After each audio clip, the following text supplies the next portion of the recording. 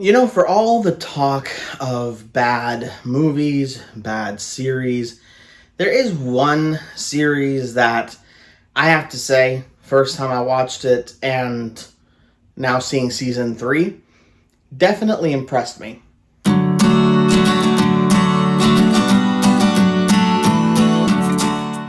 Oh, hi, Mark. Hey travelers, welcome back to Roberto's Room. So if you didn't really get what we are talking about today from the intro, and if you haven't seen the title of this video, we are talking about Squid Game. Now, Squid Games and I have kind of an interesting history in that I know that the first season came out during COVID, and I actually didn't really watch the first season until about a year ago. My wife's family has Netflix, and they lent it to us for a little while, and I got to watch the first season of Squid Games, and I have to say, I was hooked. Now, I kind of have an interesting history with Squid Games, like I said, kind of similar to my history with Pirates of the Caribbean, believe it or not. When I was younger, I saw Pirates of the Caribbean when I was about 6 years old. We were at a friend's house, and I did not like it at all. And I think it was because it was Curse of the Black Pearl, and I was the only one out at that time. And the beginning of the movie didn't grab me at all. And so, years later, when I started hearing about a movie called Dead Man's Chest that was coming out, I started doing some research, as I used to do, and I realized that there was another movie called Curse of the Black Pearl. Didn't remember that that was the movie I had seen years before until I finally turned it on and started to watch it and realized this movie was good. Squid Games, it was kind of like that for me in the sense that I didn't have Netflix when it came out during the pandemic, and because of that, I didn't see it. And like a lot of things that were coming out during the pandemic, here's looking at you, Disney Plus, I didn't think it was going to be that good. And so I didn't really care to watch it. And when I had the opportunity to, I thought, okay, you know what? Let's give it a shot. I didn't know what I was walking into. My wife did. And so it was kind of nice to have that kind of a viewing experience when I really don't know much about something, but the person I'm with does. And I'm experiencing this show for the first time because this show, as you probably know because you've probably seen it, is a masterpiece. Talk about having something to say. The filmmakers behind this show really had something to say. They had a message that they wanted to convey, which is why it is so good. Before we get into this review though, if you would, please drop a like down below. If you've seen Squid Games, let me know what you thought. Give it a thumbs up if you liked it. Give it a thumbs down if you didn't. And I would really love to know what you thought even before we get into this review. Also, if you would, please subscribe. I know a lot of y'all watch my videos and have not subscribed. What are y'all doing? Come on board. We would love to have you. I love making these videos, and every subscriber helps. We just got over 120 subscribers. I am so excited to have all of y'all here, and I would love to have you also on board the channel. If you do subscribe, also please hit that notification bell to be notified every time we drop a review on this channel. All right, now back to the games. Smile, everyone! We're back. Our main character, who is named Gi-hun, is wrapped up in this game, which is a game that people play willingly in order to get money to pay off debts that they owe. Kind of a twisted version of a Caleb Hammer episode. No! No! Just kidding. But they volunteer themselves to this Squid Game, and it's really a bunch of little kid games with a, most of the time, deadly twist. And they have to play. They are there, and now they're stuck wherever they are. Nobody knows exactly where they are. It's kind of a weird, claustrophobic environment. I can see why this played well during the unspecified virus of unknown origin, because this is probably how, at least I remember it, as how a lot of people were feeling back at that time. Just how these people that were in this game were feeling. And the cast is incredible. I actually know the head person in the games. Head person, meaning, if you've seen the first season, there is a huge twist at the end.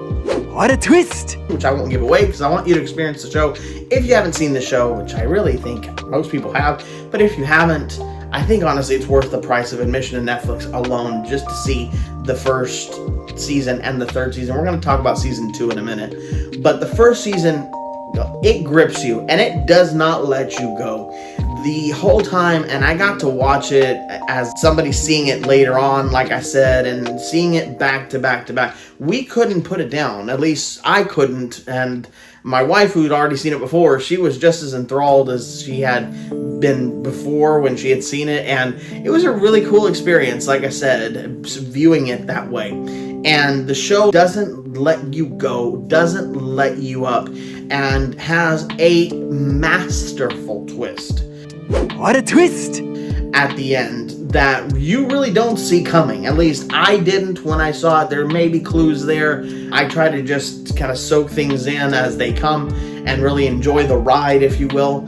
I don't really try to put together too many clues. I don't really want to know what comes next. I want to experience it as the filmmakers intended, and it got me. You all got me. You got me good. Because this show was awesome.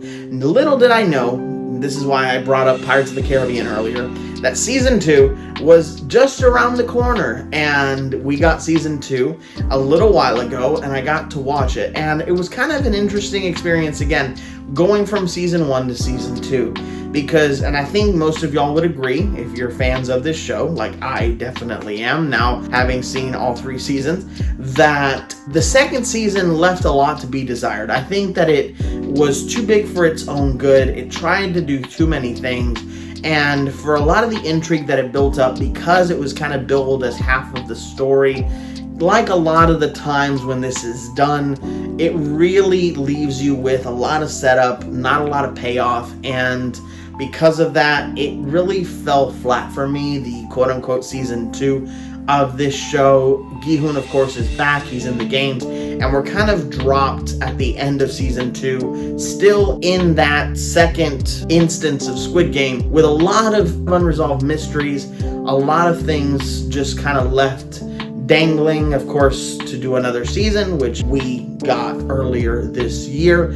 And it just really wasn't a strong outing, especially because the first season was just so good. It was a great commentary, like I said, on human greed, on the human condition, on evil, and the fact that a lot of the times, I think most of the time, especially if you look at things from a biblical perspective, we don't seek after that which is good a lot of the time.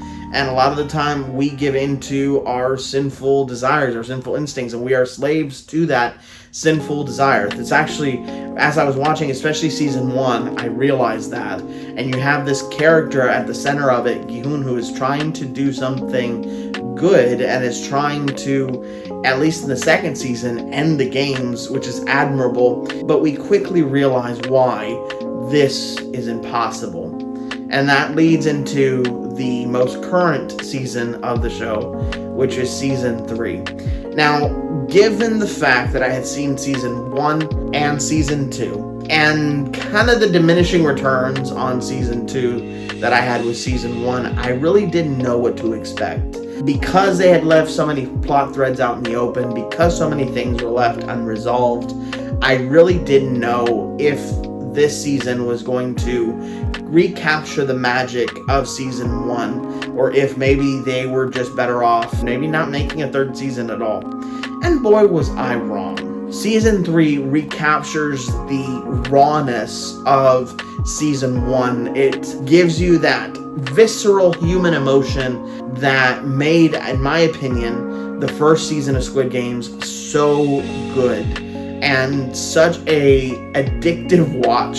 It really was a show that was addictive because you really wanted to see what happened next. The same with season 3. And so you really want to see what happens at the end. And it really had a lot of things different that were set up in season 2 going into season 3 that you really didn't know exactly how they were going to resolve this. Of course, the obvious choice would be for Gi-hun to walk away and win again, because he'd already won the first season of Squid Game. And that's, if you know and if you've seen, it's not exactly how it goes. A huge steaming ball of foreshadowing. No spoilers again. I don't want to spoil anything. I want to just tease some things on this review because I want you to experience it for yourself. But the show does a really remarkable job of building up that incredible paranoia that was very present in season 1 and give again a really addictive season of TV. It was really, really good. And you really genuinely didn't know how this was going to end up, because you have really interesting things going on in this season, like a person who's having a baby on this show. She's pregnant while she's in the Squid Games. You have this older lady that is on the show, and so many different things that really play well, especially in this season. I honestly think that if they had cut out some things from season 2 and gave us all of season 3 as is, and really just give us just one more season, I think it would have been a lot of a better viewing experience. But as is, because we have season 2 and it's its own thing really, even though it leads into season 3, it's kind of and then it, you end on an incredible high note with, again, back to the core of what this show, at least what I got from the first season. It really goes back to that idea of human beings will always seek after that which is bad, that which is wrong, that which is not good for them. We are slaves to our own selfish, sinful desires. And the show is, I think, deep down, a commentary on that no matter how good we pretend to be, we're always going to, for the most part, give in to that desire. And that is what makes this show incredible. The performances in the show are amazing. All of the actors are putting in their A game. The dubbing, which of course we saw it with an English dub, was great, but I saw actually some of the show in the original Korean language, and it was great both ways, I have to say. Gi-hun Lee, who plays the frontman in Squid Game, he does a phenomenal job, and I love seeing him because I remember him in the G.I. Joe films, and seeing him again was kind of cool, and him playing against Gi-hun I thought was phenomenal. All of the cast bring their A game, especially this season 3, and give us a really good closing. I really don't want them to make any more, because I think they closed this out as masterfully as they could have, with a really awesome twist at the very end that I will not give away, because you have to experience it for yourself. What a twist! So what did you think about Squid Game? Have you seen all 3 seasons? I would love to know what you thought about all of this show. I thought it was a masterpiece, even though the second season kind of petered off. But I want to hear what you think. Drop your comments down below. Please drop a like as well. And if you've gotten to the end of this review and you have not subscribed, what are you doing? Please subscribe. We are over 120 subscribers. Thank you so much for everyone that has subscribed, for being here, and for watching this review. I'm so thankful to you guys, and I want to keep on making videos like this to share. So your subscription helps, your view helps, your like helps, and I thank you so much for being here. Thank you for watching this review, travelers, and as always, go with grace.